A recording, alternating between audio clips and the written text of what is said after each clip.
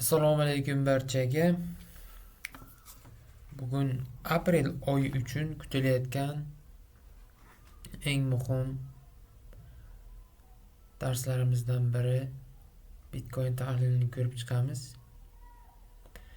Dars sifatida bo'lishini nega nazarda tutyapman? Ya'ni bozor tahlili va uni kuzatish har kun bajarish kerak bo'lgan ish emas aslida. Shu narsani tushunib yetish uchun to'g'ri insonga vaqt kerak.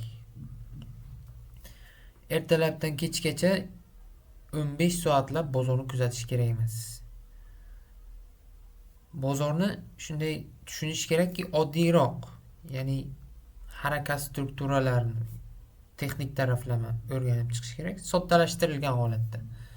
Juda ham haddan tashqari ko'p instrumentlarni bir vaqtni o'zida ishlatmaslik birinchi navbatda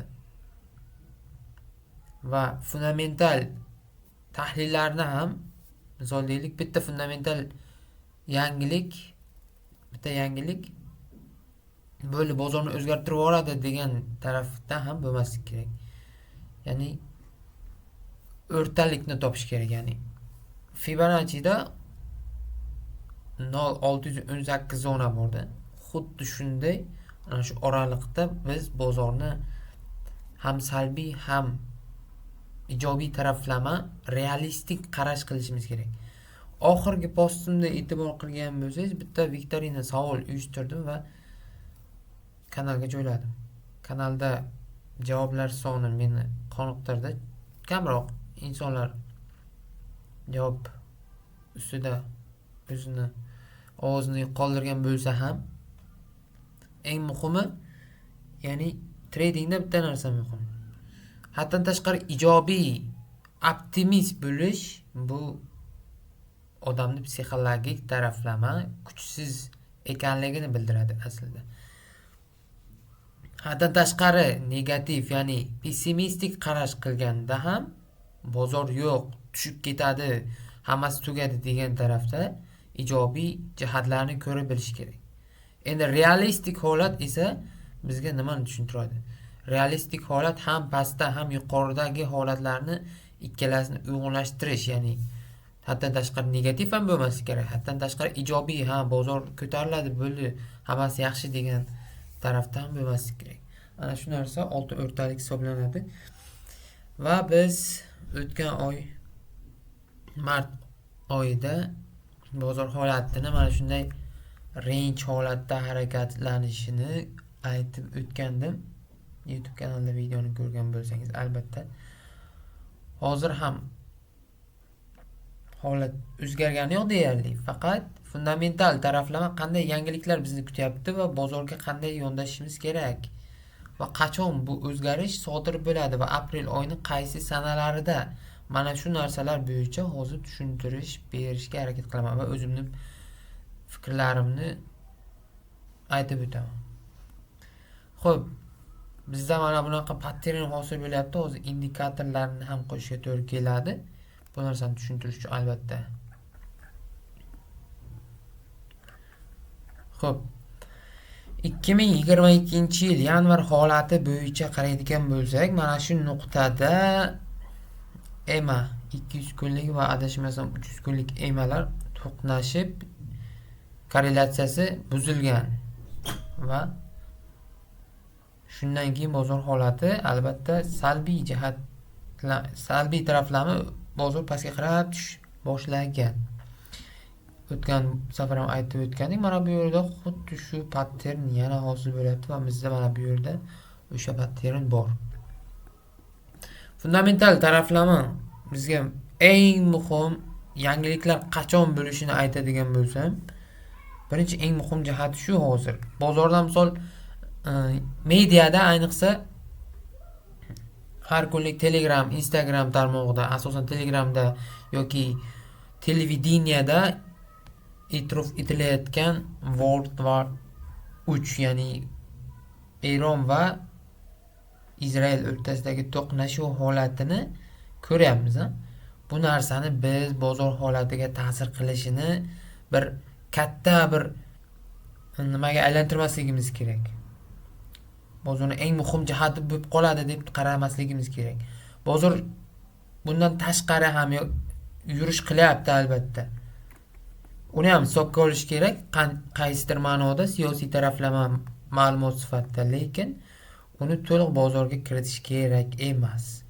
Aprel 29-sanasida bizda kutilyapti FOMC meeting.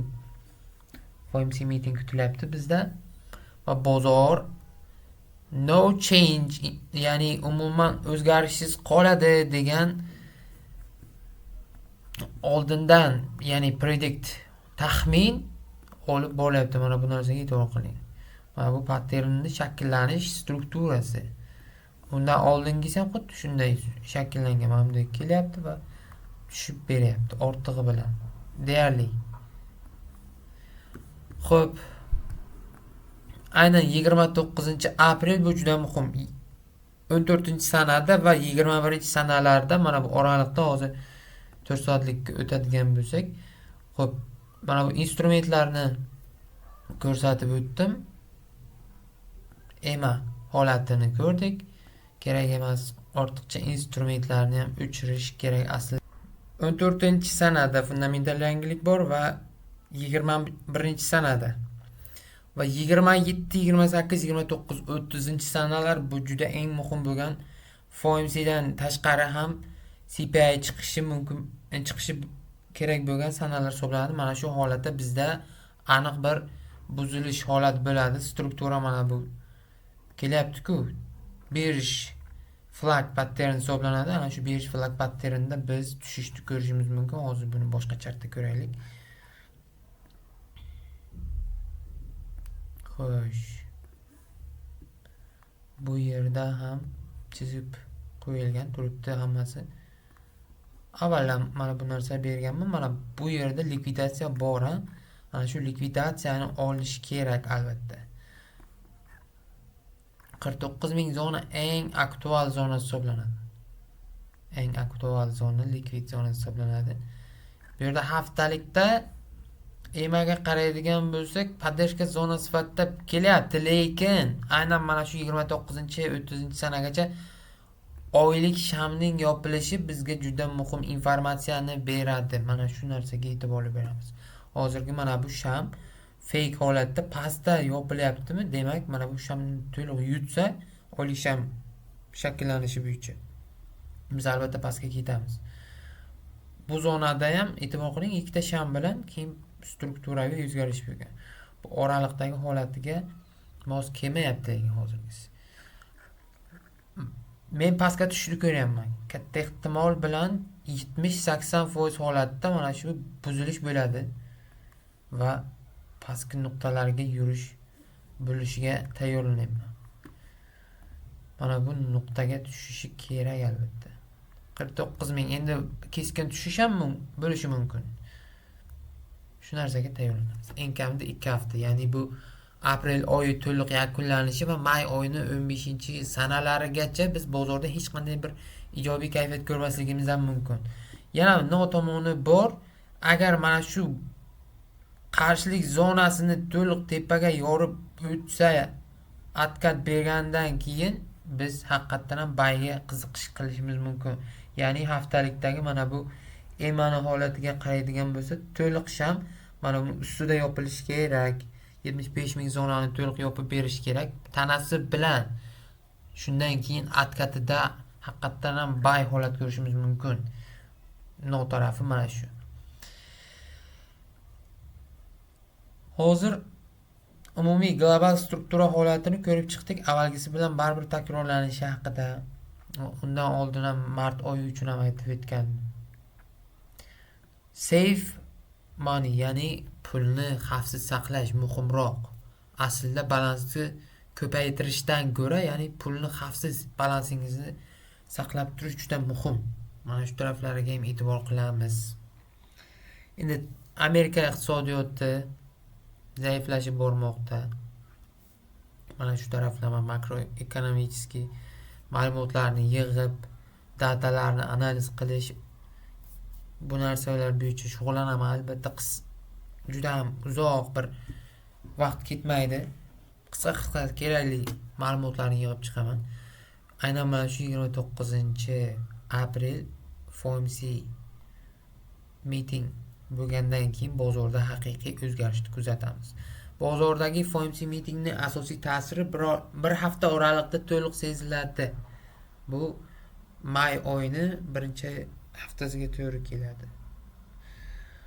Videomiz yoqqan bo'lsa bitta like bosasiz, kommentariyada o'zingiz izohingizni qoldiring.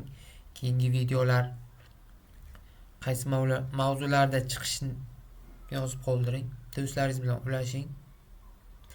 Aprel oyi holati bo'yicha biz Bitcoindan nimalar kutyapmiz? Aynan Bitcoin dominantida, chunki bozordagi 99% holatdagi boshqa coinlar Bitcoinga nisbatan harakatlanadi. Bitcoindagi pul kirishi, ya'ni ETF flow holati yaxshi emas, ko'rib chiqdim. Nostabil holatda, ya'ni doimiy faol ravishda katta hedge fondlar deymiz, misol holderslar tomonidan xarid qilinmayapti. U ichki ma'lumot sifatida o'zi aslida uni to'liq ommaga olib chiqib ko'rsatmaydi. Shu tarafi ham bor. Fundamental va texnik taraflarni ko'rdik va umumiy bozor holati mana shunday harakatlanib bormoqda va biz oy oxirini aniqroq kutamiz va mediadagi shovqinli ma'lumotlarga ko'p e'tibor qilmaslikka harakat qilamiz. Keyingi videolarda ko'rishguncha